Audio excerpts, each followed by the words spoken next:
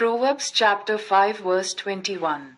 For a man's ways are before the eyes of the Lord, and he ponders all his paths. సామెతలు 5:21. నరుని మార్గములను యెహోవా ఎరుగును, వాని నడతలన్నిటినీ ఆయన గుర్తించును. नीति वचन 5:21. क्योंकि मनुष्य के मार्ग यहोवा की दृष्टि से छिपे नहीं हैं, और वह उसके सब मार्गों पर ध्यान करता है.